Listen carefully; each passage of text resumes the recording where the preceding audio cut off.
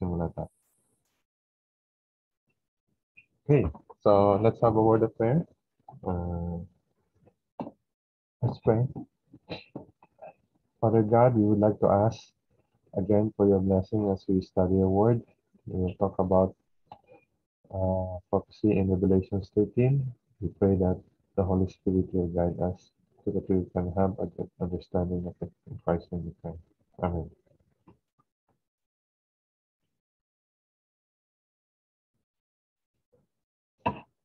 Okay, so yan yung ating topic ngayon.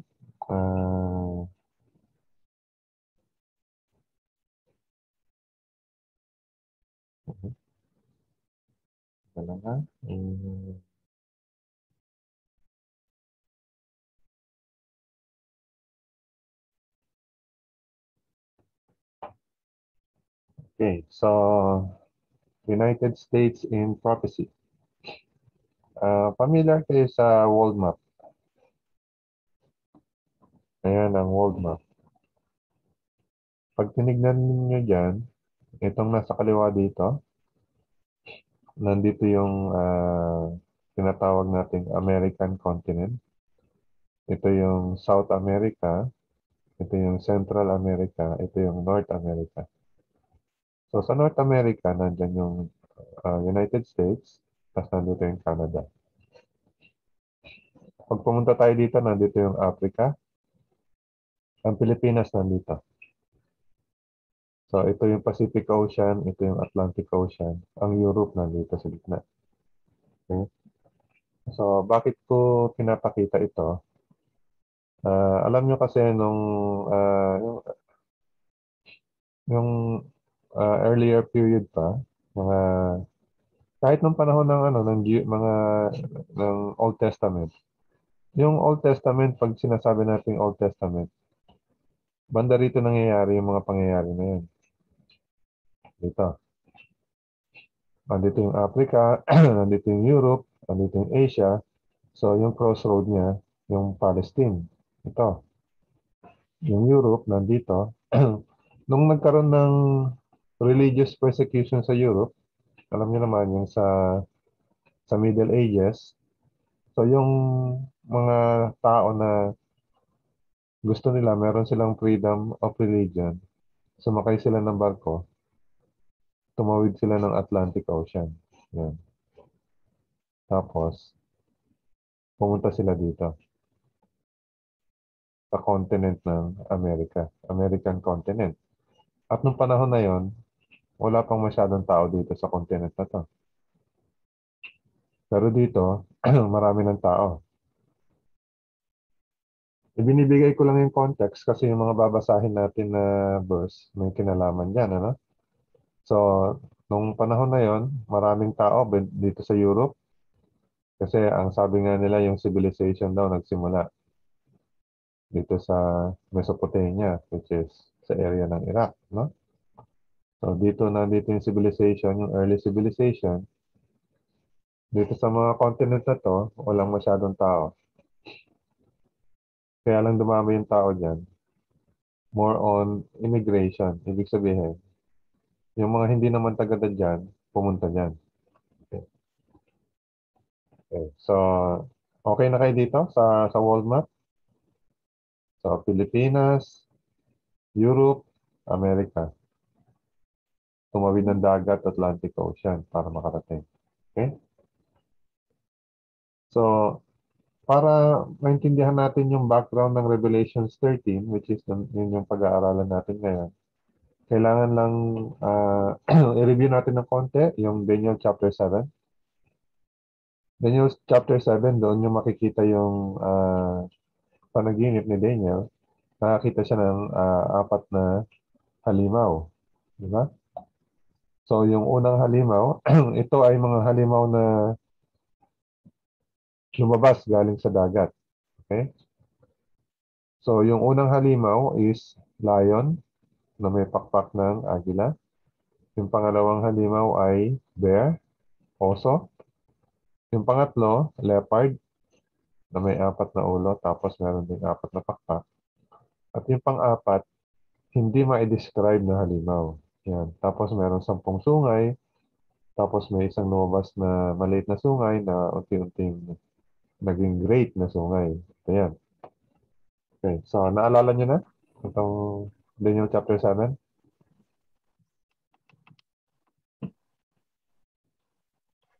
Ngayon, pag pumunta tayo sa Revelations 13, sa Revelations 13 verse 1, ito yung mababasa natin.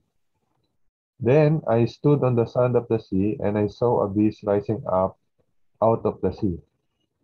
So, meron ding halimaw na galing sa dagat. At pag tinignan nyo kung ano yung composition na yung ng halimaw na yan, yung ulo is lion, yung paa niya is bear, tapos yung katawan niya is leopard. So, the same mga halimaw doon sa kanina nakita natin sa Daniel chapter 7. Tapos meron siyang 10 sungay. So, hindi mahirap makita na yung mga halimaw sa Daniel chapter 7, saka itong halimaw na nandito sa Revelations 13, ay isa lang. Okay? At least yung unang part ng Revelations 13. Hindi lang yung mga hayop na ginamit, pati yung mga events na ginawa ng halimaw, makikita natin katulad sa Daniel chapter 7. Ngayon, may nangyari dito sa halimaw na to. Ang sabi sa Revelations 13 verse 3, "And I saw one of his heads as if it had been mortally wounded." So, pag sinabing mortally wounded, ibig sabihin, nagkaroon siya ng sugat na malala. Malala yung sugat kasi pwede niyang ikamatay. Yun yung ibig sabihin ng mortally wounded. Pero pag tinignan natin yung karugtong nitong verse 3, hindi naman siya namatay. No? Nasugatan lang yung isang ulo niya na medyo malala yung sugat. Okay? So, dito tayo magpi-pick up ng ating pag-aaralan, which is tungkol sa United States in prophecy. Okay? So, yung unang question natin, doon sa Revelations 13, what did John see coming out of the earth about the time the deadly wound of the sea beast was inflicted? So, may nakita kasi si John na halimaw na galing sa lupa. So, mapapansin nyo, ito ay galing sa lupa. Yung mga ibang halimaw na nakita natin, puro galing yan sa dagat. So, ito yung nakalagay sa verse 11. At nakita ko ang isa pang halimaw na umahon sa lupa. At ito ay may dalawang sungay na katulad ng sa isang kordero at siya nagsasalita na parang dragon. So, ang nakita is halimaw na umahon sa lupa. Okay? So, nung sa previous lesson natin, yung question na yung nasugatan ba yung sea beast, na-discover natin sa Revelation 13 na itong halimaw na galing sa dagat, nire-represent yan ng Roman Catholic Papal System. Di ba?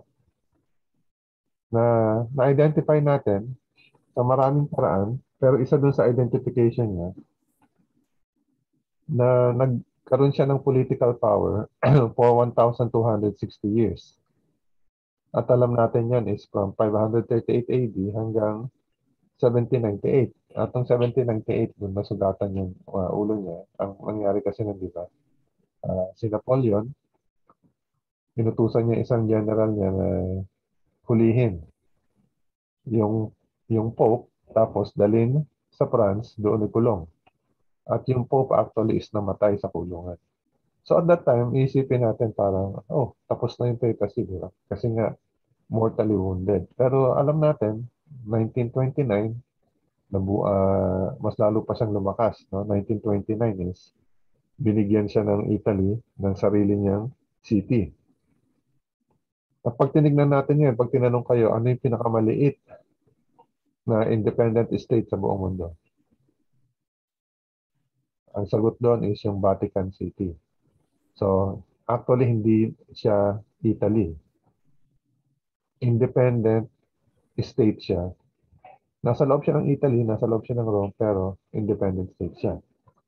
So doon nakita natin na, oh, nasugatan nga, pero nabuhay uli, at hindi lang nabuhay, lumakas pa.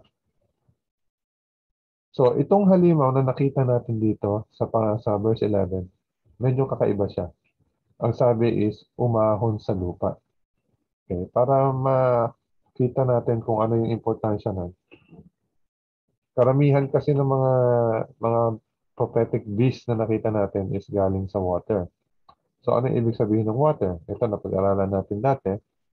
Pag tinignan natin sa Revelation 17 verse 15, ang sabi dito, at sinabi niya sa akin, ang tubig na iyong nakita na kinauupuan ng mahalay na babae ay mga bayan, napakaraming tao, mga bansa at mga wika. So sa prophecy, yung water, ibig sabihin maraming tao. Lugar na maraming tao. So yung kabaliktaran niya, yung lupa, yung earth, ibig sabihin, walang masyadong tao. So dito makikita na natin yung isang identity nitong pangalawang halimaw na lumabas sa Revelation 13. Kasi ang sabi dito is, umahon sa lupa. So, yung word na ginamit dito sa Revelation 13 para doon sa umahon, sa English is coming up. Di ba? At yan sa Greek, yung word na ginamit nila sa Greek, ang meaning niya is grow or spring up, na katulad ng halaman. So dito pa lang makikita na natin na itong halimaw na to, umusbong siya, di ba? Nag-grow.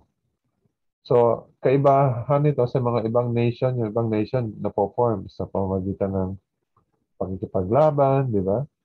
O kaya nandun na yung mga tao pero nag-declare sila ng independence. Pero itong halimaw na to sa Revelations 13:11, para siyang tumubo na halaman sa lupa. At dito pa lang makikita na natin na tumatama ito kung paano nabuo yung nation ng Amerika.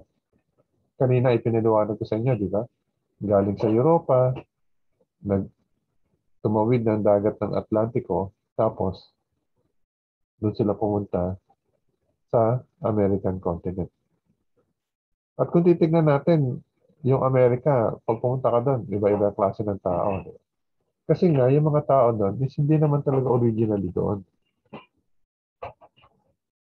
By immigration lang sila nabuo. Di ba? At makikita din natin, hindi naman originally ganun agad sila, di ba? Una, mga ilang states lang, tapos nagkaroon sila ng Federation ng States. Una, 13, tapos unti-unting lumaki, di ba? Hanggang ngayon, ilan ba yung state sa Amerika? Sino ba yung taga-Amerika dyan? 51, di ba? 51. Ata, 51 o 50. Parang 52 ata, 52. Ilan yung 52 ata. states sa Amerika? Kasama na ba yung Puerto Rico sa United States of America? Hindi, territory lang yan. Territory lang siya. So yung Hawaii pa rin yung pinakahuli. Oo. So nakita nyo kung paano lumago, di ba? Paano lumaki yung Amerika. Ngayon, meron pang hindi pangkaraniwang description. Ito. Ang sabi dito ay may dalawang sungay na katulad ng sa isang kordero. So meron ako kinuha picture dito. Yan. So ang sabi is, then I saw another beast coming up out of the earth, and he had two horns like a lamb, and spoke like a dragon. Yan. So yung itsura niya is parang cute na lamb, di ba? Pag sinabi nating lamb, maamo, di ba? Maamo, tapos medyo bata. So dito makikita natin na nung panahon na nasugatan yung unang beast, which is 1798, itong bayan ng Amerika is bata pa. Kailan ba nag-declare ng independence ang Amerika? Tanungin uli natin yung taga-Amerika. Independent. Anong year sila nag-declare ng independence?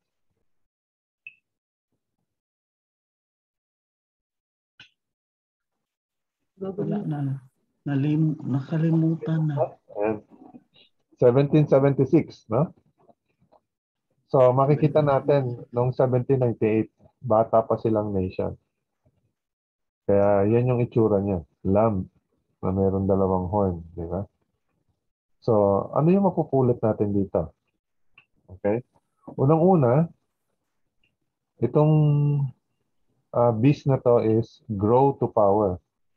Hindi siya yung sa simula pa lang is malakas na, di ba? Hindi yung nandun na yung mga tao tapos nag-declare lang sila ng independence. Hindi. Nag-grow to power. Pangalawa, arising from a largely uninhabited territory. Kasi nga yung halimaw galing sa lupa, so hindi siya galing sa tubig, ibig sabihin, galing siya sa lugar na konti lang yung tao. At ito is umusbong towards the end of 1700s. So, naging independent country siya, 1776. At isa pang mapapansin nyo, yung sungay niya is walang corona, walang crown. Which is, ano rin to, kakaiba din sa mga naunang beast. Kasi yung mga naunang beast, yung sungay nila is may corona. So, makikita natin dito na yung beast na galing doon sa maraming tubig, galing sa Europa, di ba? Sa Europa, ang system ng government ng panahon na yun is monarchy. Ibig sabihin, meron silang hari. Pero itong Amerika, never sila na nagkaroon ng hari. Anong klaseng government meron ng Amerika?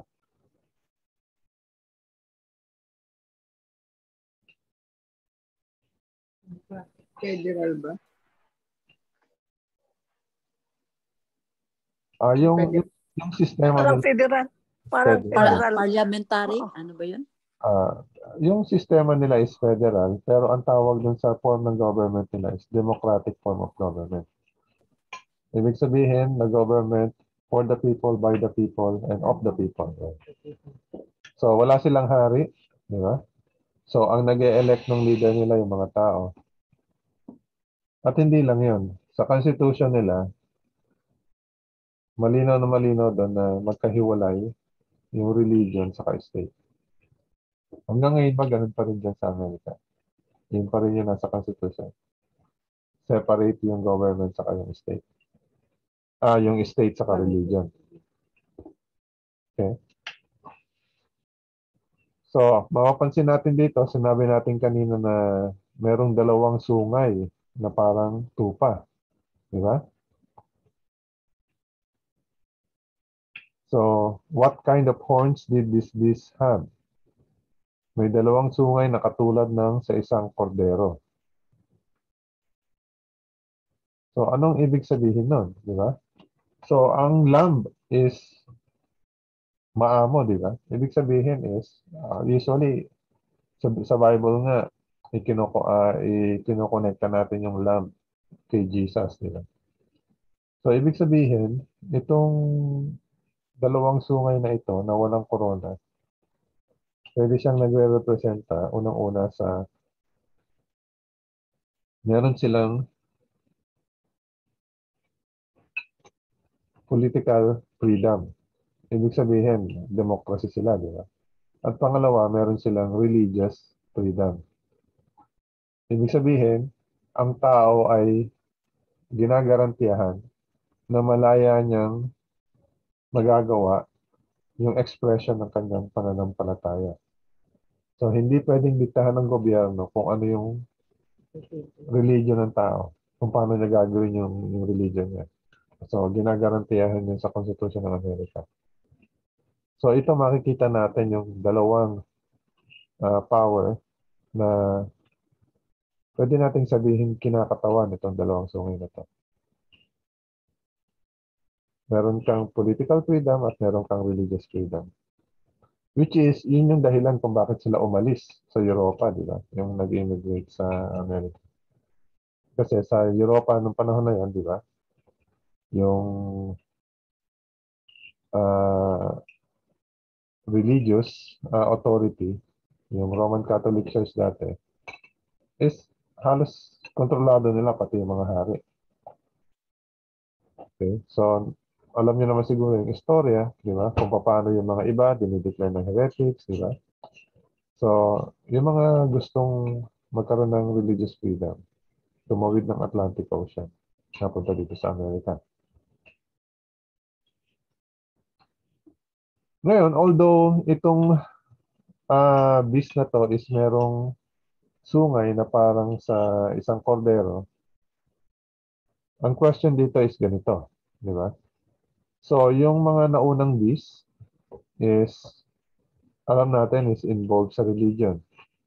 Yung dragon, alam natin, is yung pagan Rome, involved sa pagan religion. Tapos yung sea beast, alam natin, is yung Roman Catholic system, involved sila sa religion. Eh, itong land beast na to, involved ba siya sa religion? Ano sa tingin? Based dito sa nabasa natin sa Revelation 30.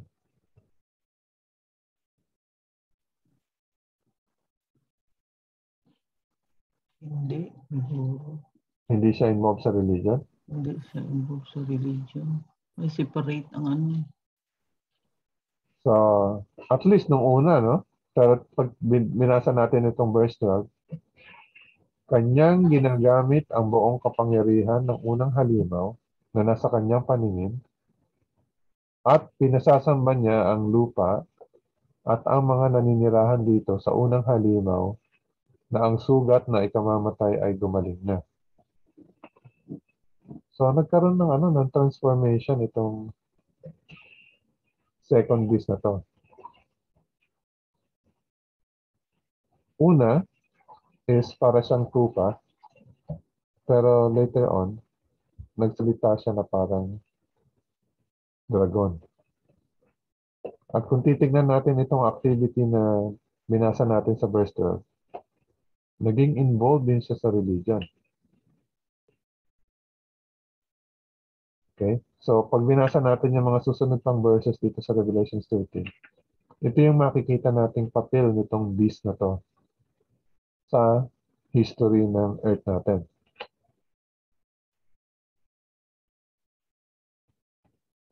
Sa English, ang sinabi dito is, he would cause to worship, di ba?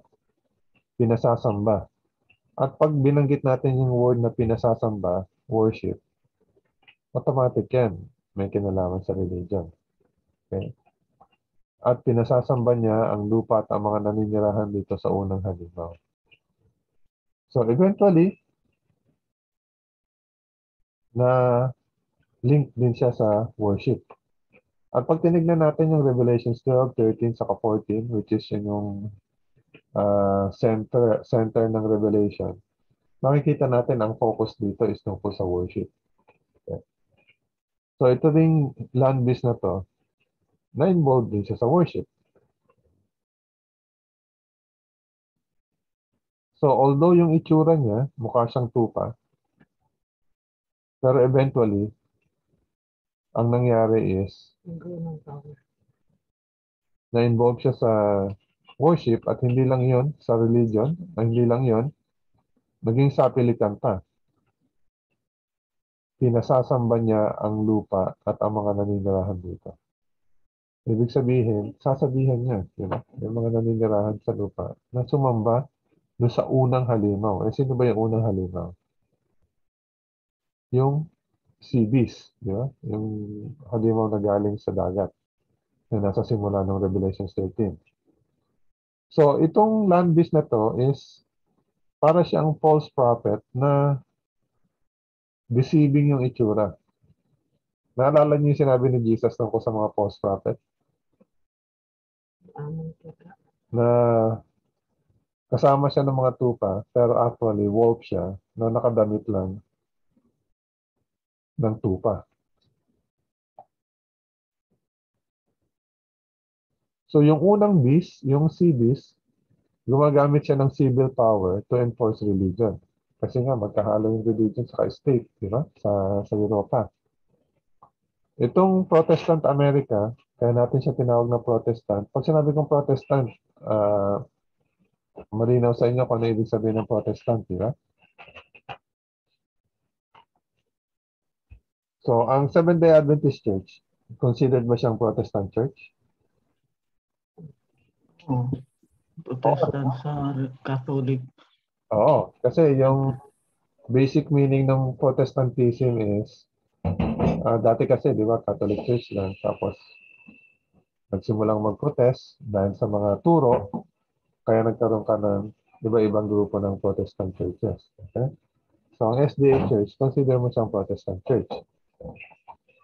So, yung America, na tinatawag nating Land of the Free, eventually, magsasalita din siya na katulad nung sa dragon.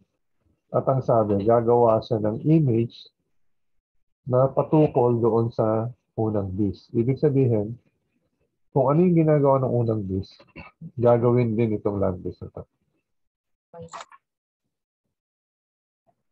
Which is sa simula, isipin mo, teka, di ba? Kung sinasabi natin yung sea beast is yung Roman Catholic papal system sa Europa, di ba umalis nga yung mga tao doon pumunta sa Amerika dahil ayaw nila yon. Kaya nga yung Amerika, di ba, predominantly Protestant country siya. Pero actually, malaki na yung pinagbago ng Amerika. Kahit in the last 50 years lang. Nung isang araw, tinitingnan namin, yung isang anak ko, interesado siya. Sabi niya, yung teacher nga namin sinasabi, kahit yung Supreme Court ng Amerika, hanggang 2018, o sabihin natin 2015, di ba? Yung mga judges, yung mga Supreme Court judges sa Amerika, siyam yung Supreme Court judges sa Amerika, di ba? Usually, mga 80% nun, mga Protestant. Pero sa kasalukuyan, alam nyo kung ano yung composition ng Supreme Court Justice sa Amerika in terms of religion.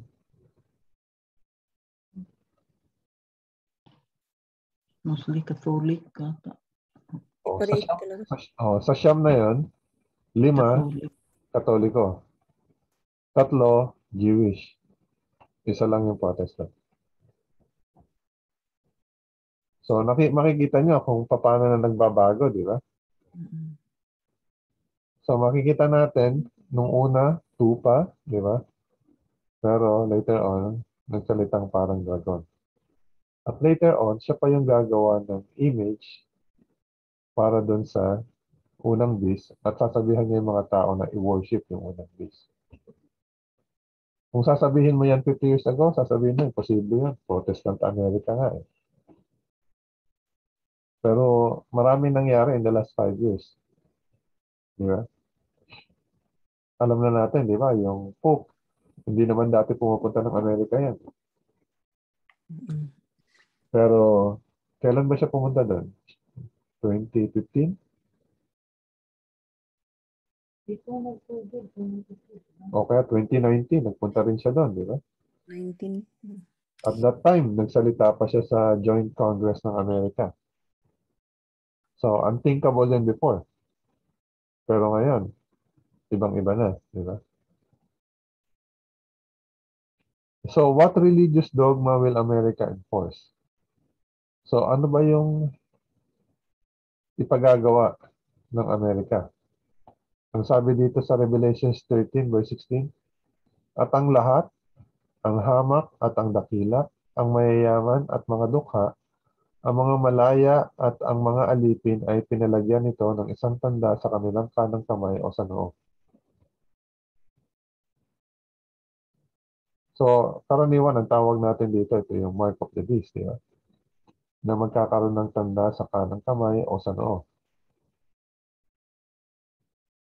Napag-aralan natin sa previous lesson natin, lesson 16, di ba? Itong mark of the beast na to is, in general, ang tawag natin dito is yung lawlessness. Pero specifically, alam natin, ito ay may kinalaman sa worship, lalong-lalo na pagdating sa day of worship. So, usually, ang tawag natin dito is magkakaroon ng Sunday law, di ba? Tapos, i-enforce At ang magiging primary enforcer niyan is yung Amerika. Ngayon, medyo nag-research ako sa history ng Seventh-day Adventist Church. Alam niyo ba na noong 1880s pa lang, nagkaroon na ng law sa Amerika tungkol sa Sunday law. Ang tawag nila doon is blue law.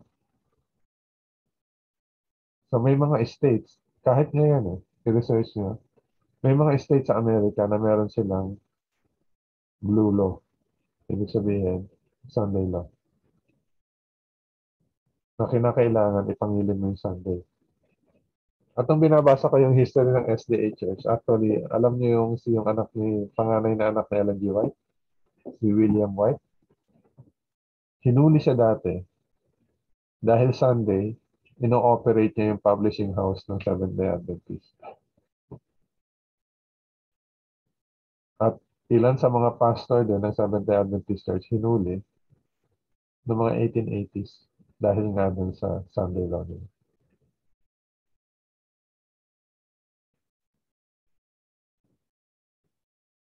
So, ibig sabihin, itong pinag-aaralan natin ngayon, hindi siya something na very new na mangyayari sa future.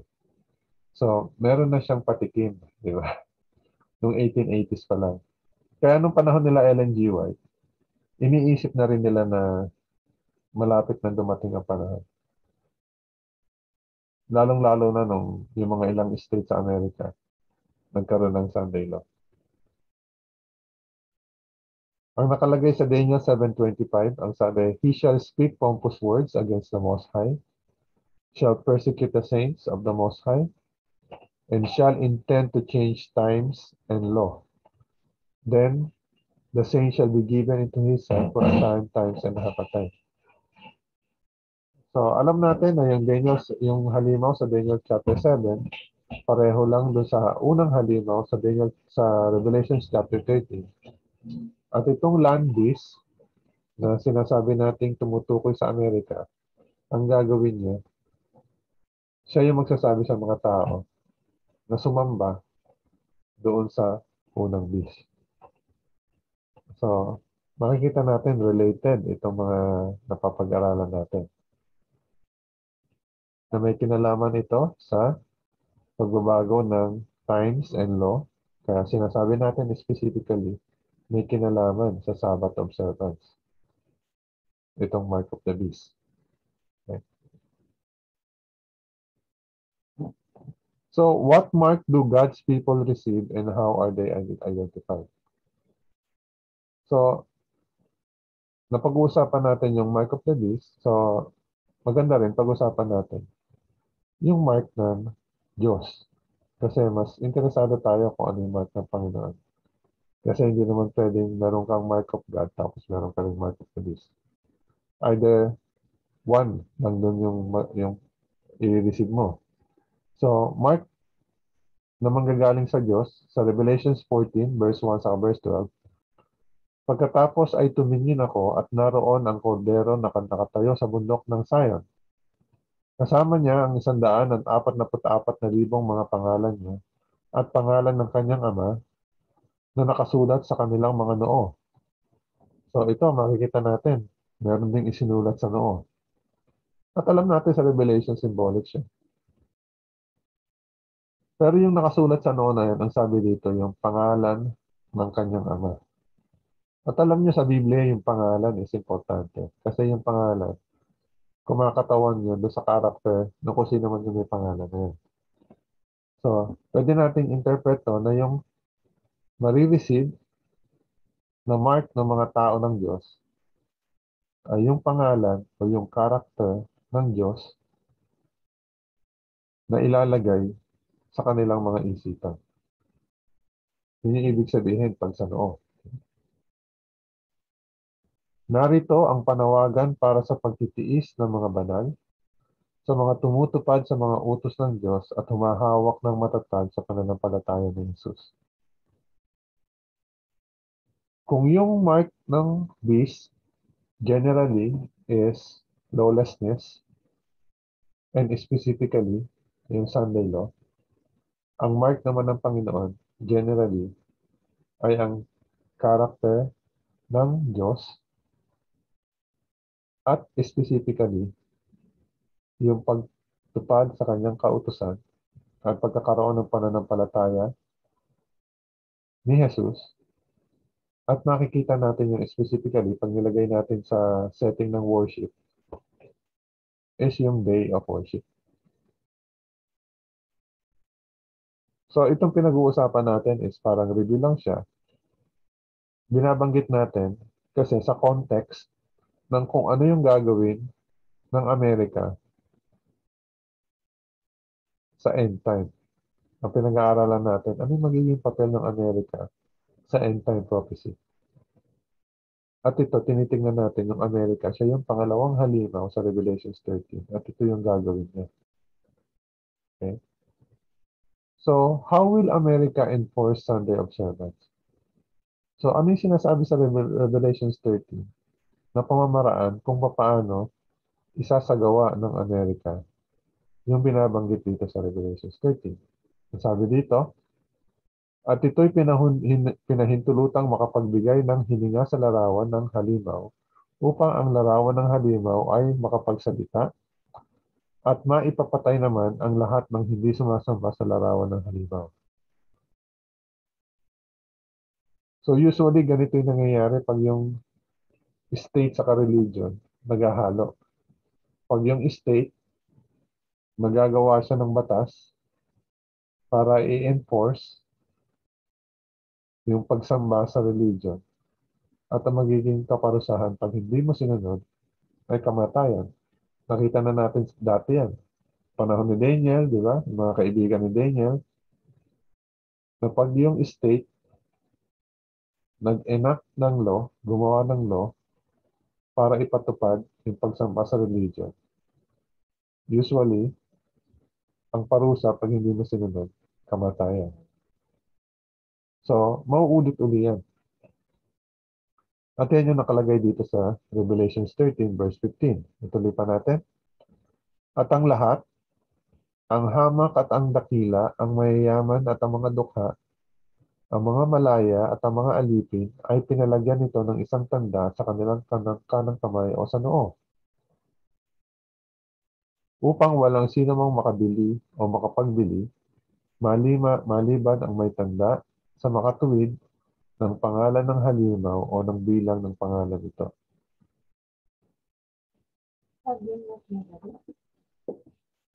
O parang allergy. So dito makikita natin, at sa technology na meron tayo ngayon, di ba? Hindi na ito mahirap gawin. Naalala ko first time na lumabas yung credit card. Ewan ko kung na-experience nyo rin yun. Na marami nagsabi, yan, ang credit card, yan yung mark of the beast. Di ba?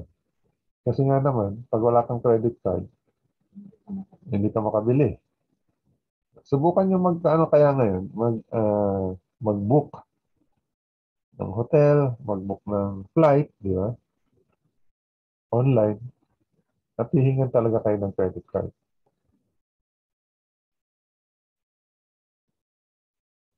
So, hindi na siya imposible sa technology na meron tayo ngayon. Unti-unti nga, di ba, nawawalan na yung tinatawag nating paper money. Nagiging digitalized na lahat.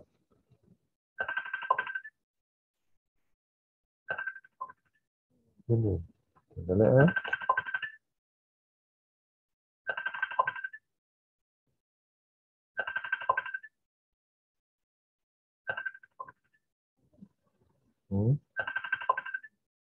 Kaya nga, si Melvin. Paano ko ba makukuha si Melvin?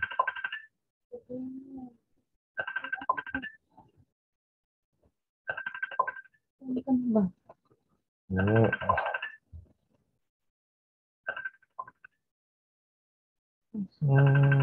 Messenger. Messenger ba yan? Tapos accept mo. Tumigil na siya. Nakahalata na sila. Tagal. Okay. So, nasa na tayo? Ayun. So, paano i-enforce, di ba? Ngayon, ang isa pang possible scenario dito, di ba?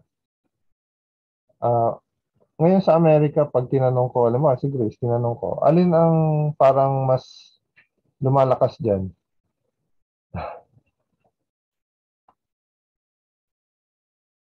Ang lumalakas na Hello? Hello, good evening. I'm having Bible study now. Can I call you later? Is it urgent?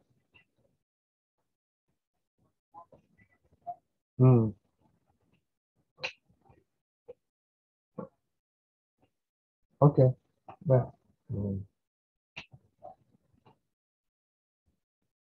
Okay.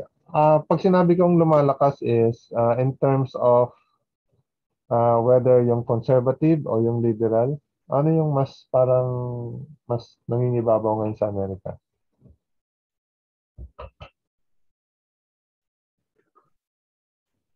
ang mga liberal. Di ba? So, parang pag tinignan mo nga sa mga survey ngayon, parang mas dumadami yung hindi sila nag-identify sa religion, di ba? Na yung Christianity, yung members ng mga Christian church is parang pababa, di ba? So, isipin natin, paano kaya magkakaroon ng Sunday law? Kung gayong yung mga tao is parang unti-unting lumalayo sa religion. Hindi ba naging tanong sa isip natin yan? Magiging interesado ba yung mga tao na secular sa Sunday observance? So, paano magkakaroon ng Sunday law kung yung mga tao is hindi na interesado sa religion?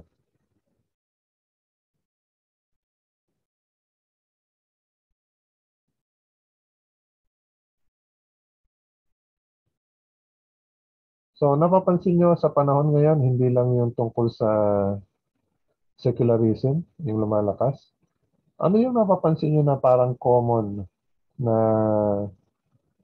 parang advocacy ng bawat bansa, whether yung bansa is Christian country, o kaya Muslim country, o kahit walang religion na country? Climate change. Environmental issues. Di ba? Environmental issue, di ba? Lalong-lalo na, dati ang tawag nila global warming, pero ngayon ang tawag na nila is climate change. Okay? So, meron magkakaroon ng isang cause na regardless of religion, magkakasundo-sundo. Okay? So, abangan nyo na lang kung ano yung mangyayari dyan. Kasi makikita natin kung sino yung magli-lead dyan sa cause na yan, sa climate change. Sino yung nakikita nyo na nangunguna? Di ba? Kaya Amerika dati. Hindi, sino ba yung nagtatawag ng meeting ng mga leaders para pag-usapan yung tungkol sa climate change? Ang Pope. Ang Pope. Di ba? So, Sipap. at pagdating sa environment, sa climate change, hindi mo pwedeng sabihin na masama yan, di ba? Pero ito yung makikita mo na posible na dahilan kung bakit magkakaisa-isa yung mga tao. Toxic sensation. Oo, saka napansin nyo na nagkaroon ng mga lockdowns, lalo na sa China. Noong 2019, ang lagi mo makikita sa balita, yung China is yung pollution, lalo na sa Beijing. Is pag tinignan mo daw sa satellite, weather satellite, makikita mo ang sama-sama ng hangin, di ba? Pero nung nagkaroon daw ng lockdown, biglang yung pollution nila is nawala. Gumanda yung hangin.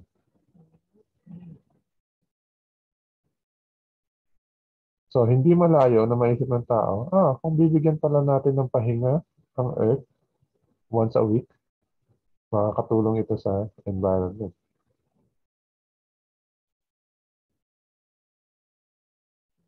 So, maraming dahilan para magkaisa-isa yung mga bansa, not necessarily may kinalaman sa religion. At pag nag-impose sila nagsabi, okay, magawa tayo ng 1 day pahinga para sa Earth, 1 day in a week, at pumili sila ng isang araw, at kung ikaw ay hindi makikiayon doon, anong tingin sa'yo? Ikaw pala ang dahilan, di ba? Ng pagkawasak ng ating environment. Okay. So, alam niyo na kung saan patungo yan. So, that is just one scenario. Pero, makikita natin, ang Amerika, ang magiging papel nila, sila ang mag-e-enforce. So, what kind of agents does Satan often use to deceive people? So, pagdating sa deception, ano usually nakikita natin sa Biblia na ginagamit ng kaaway para mang-deceive ng tao? Pag tinignan natin sa 2 Corinthians chapter 11, verse 13 to 15, ito yung makikita natin.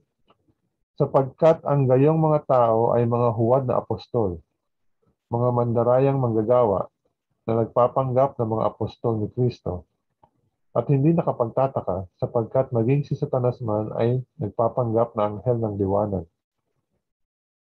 Ang pagdating ng taong makasalanan ay ayon sa paggawa ni Satanas na may buong kapangyarihan at mga tanda at mga mapandinlang na kababalaghan at may lahat ng mapandayang kasamaan para sa mga napapahamak, sapagkat tumanggi silang ibigin ang katotohanan upang sila'y maligtas. So dito sa binanggit na to ni Paul, anong klaseng mga agents yung ginagamit? Mga tao para ma-deceive yung tao. Power. Ang sabi dito is mga huwad na apostol, mga mandarayang manggagawa. So mga religious leaders ito.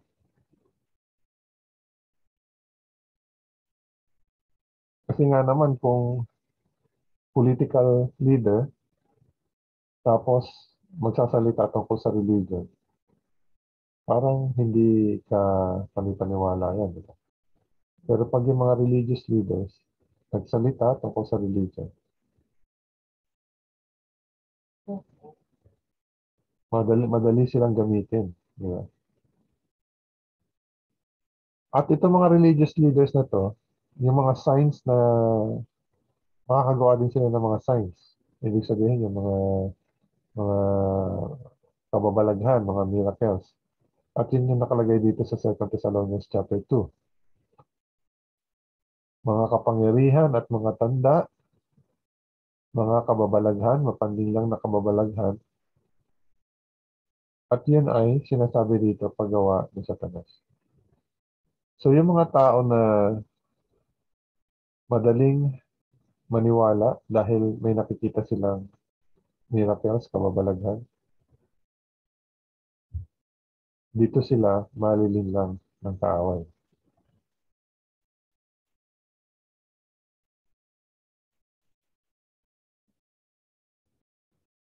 At kung iisipin natin, hindi ako malilinlang dyan kasi nag-aaral ako ng Biblia, di ba? Pag binasa natin yung sa Matthew 24:24, at sa tingin ko ito is babala na rin para sa mga, lalong-lalo na sa mga Seventh-day Adventists na iniisip natin, aral tayo sa salita ng Diyos. Ang nakasulat dito, sapagkat lilitaw ang mga bulaang Kristo at ang mga bulaang propeta at magpapakita ng mga dakilang tanda at mga kababalaghan. Ano pat ililigaw kung maaari pati ang mga hinirang. So, ganun na lang kalakas yung deception na mangyayari. Na kahit yung mga hinirang, kung maaari, ililinlangin din nila. Pero ang nakalagay dito, kung maaari. Diba? Ibig sabihin, hindi malilinlang yung mga hinirang kasi malalim ang kanilang pananampalataya at kanilang pag-aaral ng salita ng Diyos. So, ang protection lang natin dito, maging malalim ang ating pangunawa sa salita ng Diyos. Dahil sa salita ng Diyos, doon ibinigay sa atin yung mga katotohanan para makita natin kung ano ang totoo at hindi. So may mga pangyayari na kung titingnan natin ngayon o kaya 20 years ago, 30 years ago, sasabihin natin, parang hindi imposible yan. Pero ngayon, pag tinignan natin yung kalagayan, politically, technologically, di ba? Yung mga nakikita natin sa Biblia is, hindi na siya mahirap mangyari. Sapat na yung teknolohiya natin para gawin yun. Sapat na rin yung relasyon na meron ang Amerika at ang Catholic Church ngayon para hindi sila magtulong sa isang bagay na gusto nilang gawin. Di ba? At alam na rin natin na kahit yung mga ibang religion, Muslim, Buddhist, di ba? Hindu, kahit ngayon walang religion, is kayang papag-isahin ng Pope. Kailan ba yan? Last year? O 2 years ago? Nagkaroon ng misa sa United Arab Emirates. So, saan ka nakakita ng Muslim country? Nagkaroon ng misa ang Pope. At pumayag sila na doon sa lupain nila magkaroon ng misa. So, maraming first time na nangyayari. Kaya makikita natin, kung iniisip natin na hindi mangyayari yun, pag-isipan uli natin. Kasi nangyayari na siya. Okay? So, ito yung last slide ko para dito sa topic na to. Meron tayong katanungan sa pinag-aralan natin. Question. Kung katulad sa marami namang Sabadista, alam natin na magiging significant yung Amerika sa prophecy. Bakit marami pa rin, gugustuhin pa rin ba natin na i-consider yung para kasing privilege pag natira ka sa Amerika eh. Parang ang laking achievement mo pag naging American citizen ka. Tama bang isipin pa rin natin yun o kumbaga maging consideration na pag may nakilala tayo na i-discourage mo na tumira doon? Actually, yung mentality na yung Amerika is parang paraiso. Hindi sa lahat ng bansa yan. Sa tingin ko sa mga mahihirap na bansa. Kasi dito sa Japan, hindi naman ganun. So, yun yung unang bagay. Ano? Pangalawa, yung punto ni Ate Janet, kung alam natin na yung Amerika, siya yung itong second beast dito, nararapat pa ba na sa Amerika titira?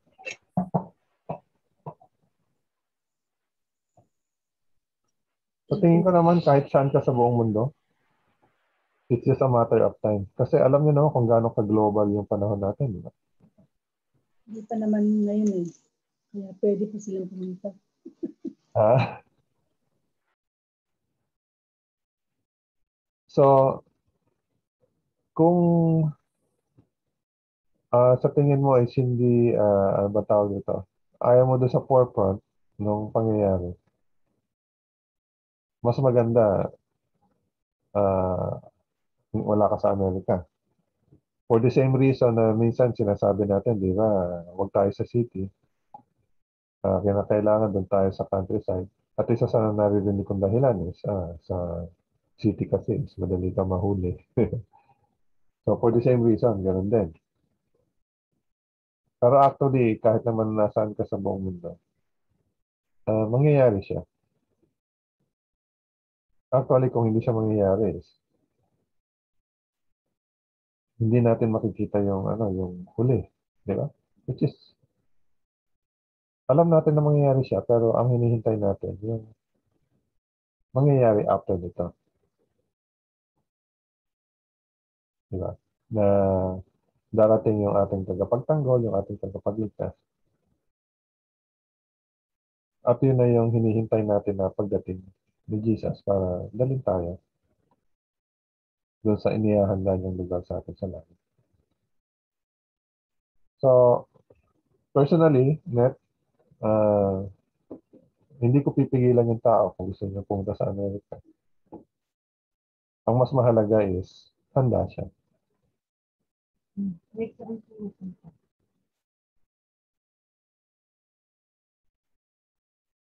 Daming message yan. Yan, si Tata, maraming mga kaklase na nasa Amerika. So, mas worrying kung hindi nila alam kung ano yung mangyayari. No? Kayo, gusto niyo bang pumunta sa Amerika? Doon manirahan? Ako, Tama na. Roland. Ha? Kasi nandoon yung mga kapatid ko. Ah, Nandoon sila. No choice. kami din, yung isang kapatid namin nasa Amerika. Kami halos lahat, Roland. Oh, Walang na iba. Katakot. Hindi naman, masama kung doon man nila ngayon. Oo, kasi alam naman natin magiging global event siya. Saan man kasi. Minsan naisip ko, siguro ang Japan, madali itong let's say naglabas sila ng ganyan, madaling mapasunod ang Japan. Kasi hawak ng Japan ay ng Amerika ang Japan, parang ganun. Madali nilang parang mapasusunod ng Oo, kasi kahit sabihin natin yung Japan is walang religion, di ba? Pero pag meron nga yan, tulad yan, kung merong isang bagay na worthy cause na regardless of religion, di ba? Save planet Earth. Climate change lang, oo na agad ang Pero kahit naman saan, Roland, pag nasa San Dilo, lahat tayo talagang takbuhan na. Saan tayo tatakbo? Wala nang takbuhan. Takbuhan dito na. Basta ready lang, ready lang. Ang isipin na lang natin is, ipinangako naman sa atin, di ba? Kahit nasa gitna tayo ng tribulation, di ba? Alam natin, di ba, sa 7 last plagues, for example, alam natin na ang bayan ng Diyos nasa gitna ng 7 last plagues na yun, pero sila ay protection ng Diyos. Oo, kaya hindi tayo tatakbo din. Puprotektihan tayo. Roland, paano yung sa buying and selling? Ano yung tungkol sa buying and selling? Pag na yan, yung loan na yan, pag nasa sa city ka, wala kang tanim, anong gagawin? God will provide. Kasi ang God will provide sa last na yun, yung tatakbo, yung life na natin, papatay na tayo, yun na yun na tatakbo tayo sa bundok, di ba? At saka our bread and water is sure. Huli na yun. Hindi lang sa bundok, kahit saan ka, pag ka talaga, anuhin ka ng Panginoon. Ang question dyan is, saang bundok ka ng Japan pupunta na hindi ka mararating ng military? Okay na. Hindi, yun ang time na pagtatakbo ka, tutulungan ka ng Diyos, itatago ka naman niya kung hindi mo talaga kaya. Sa bahay tayo, itatago tayo ng Diyos. Kung yun yung gagamit. Kahit saan naman. Ibig sabihin, kung ang plano ng Diyos sa'yo ay makita mo yung pagdating niya ng buhay ka hanggang dumating siya, di ba? Pero kung iniisip ng Diyos na mas makakabuti na ikaw ay matulog bago siya dumating, matutulog ka muna bago siya dumating. Ang problema lang dyan kung makapag-stand ka. Kasi even the very elect, maano siya maano ka, di ba? Ang sabi kanina is, kung maaari, di ba? Ito. Kaya, kung maaari. So, ibig sabihin, yung mga elect, hindi sila madideceive. Pero yung deception, so strong, na kung maaari, di ba? Kaya nandun yung word na kung maaari. Ibig sabihin, gusto ng kaaway hanggang yung mga elect is maliligaw. Pero sinabi lang dito kung maaari. Para din yung sinabi sa sa Daniel 7:25, na yung little horn, he will think to change times and law. Iisipin niya lang. So iisipin niya na bago niya, pero actually hindi naman na bago. Yung Sabbath is Sabbath pa rin. So ganun din dito.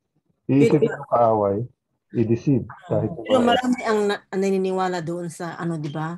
Sa pag-change ng laws, marami ang nadadala na wala sila sa original na Sabbath. Oo. So, yun yung mga tinignan natin kanina, yung mga ito. Bakit sila mapapahamak? Sapagkat tumanggi silang ibigin ang katotohanan upang sila'y maligtas. So, pag binasa mo to, iniisip natin minsan, di ba? Paano lang yung mga tao na hindi nakaalam? Pag sinabi kasi ni Paul dito is, active ito active verb Sapagkat tumanggi silang ibigin ang katotohanan upang sila'y maligtas. So, gumawa sila ng desisyon.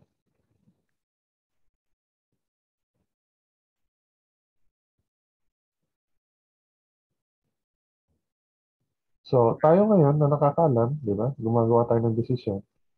Na pag dumating itong pagkakataon na ganito, alam natin kung saan tayo tatayo. Sana nga makatayo. Pag may member ng family na wala, kasi maaawa tayo, madadala. Oo. Yung tipo bang, ayan, nagkaroon ng panic buying, walang mabili. Wala nang makain. Ano gagawin mo, di ba? Fasting. Mag-fasting Saturday lunch. Dahil magugutom, okay lang na kumain sa labas. Anong dahilan?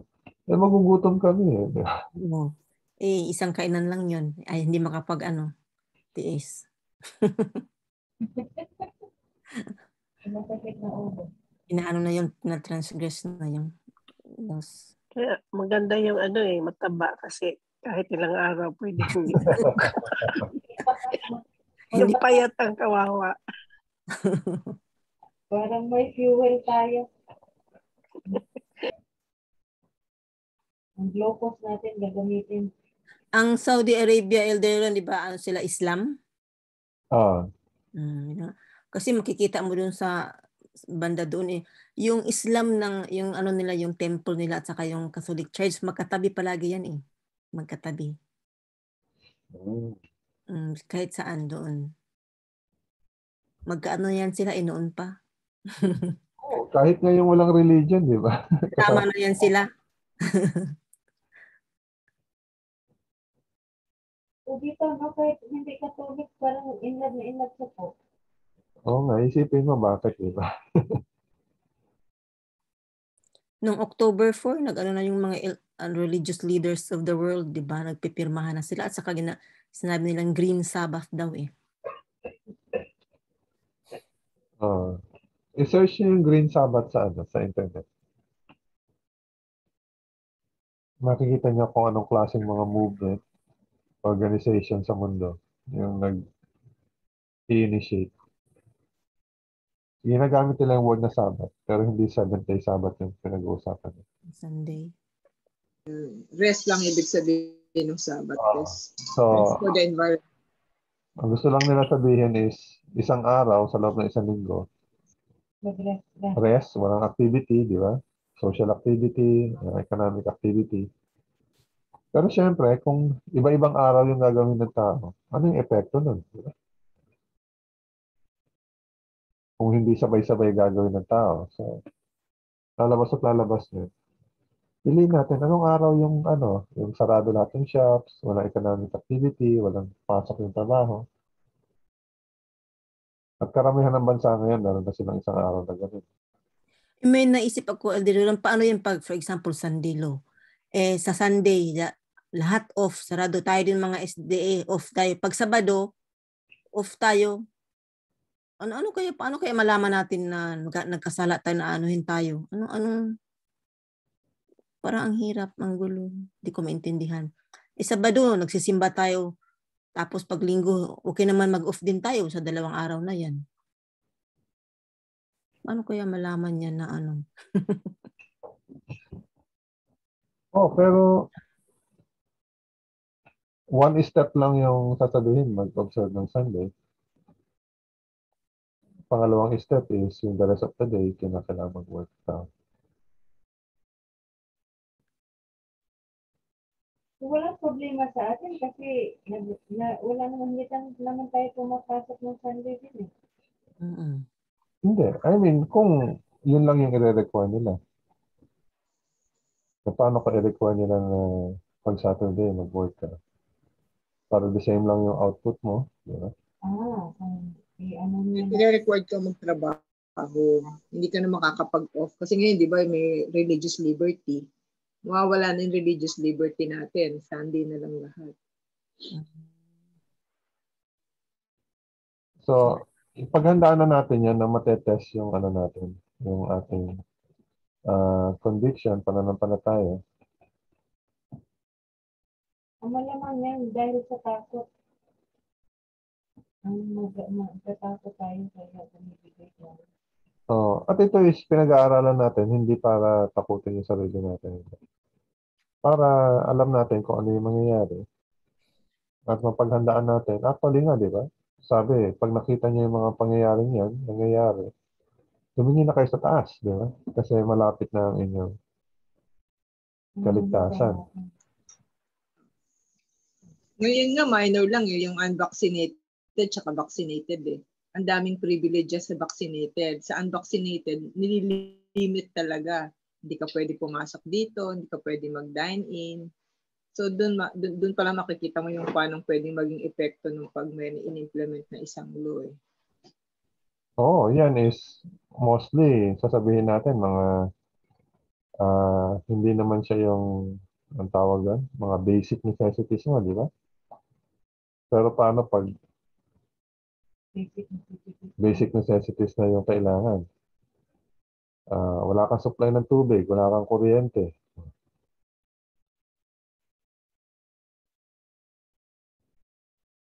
Tingnan na lang ang isipin, God will provide.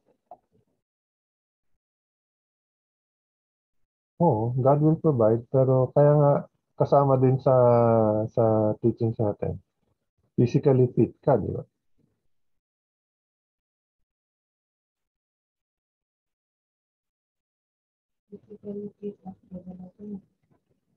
Kasi yung hirap na mangyayari is kinakailangan mo fit yung katawan mo. Hindi naman tayo tatakbo na. Hindi naman tatakbo lang yung kailangan mo tayo yung physically fit. Ay kung kinakailangan yung tulad na sinabi ni Jenny kanina, kinakailangan yung kakainin mo is tatanim mo. Magsasaka ka. Yung tubig mo, kukuhanin mo sa ilog. Yun ang test talaga, yung tiyan mo. May gugutumin ka. Pag gutom ka yun. Parang, hindi ka sanay kumain ng hindi masasarap. Hindi ka kumakain ng mga gulay. Yun lang yung pwede mo itanim. Kaya mag-vegetarian tayo na. Dapat mag-vegetarian ka na. Preparation. Okay, so let's proceed to our test. Pinadala ko yung link ng ating test.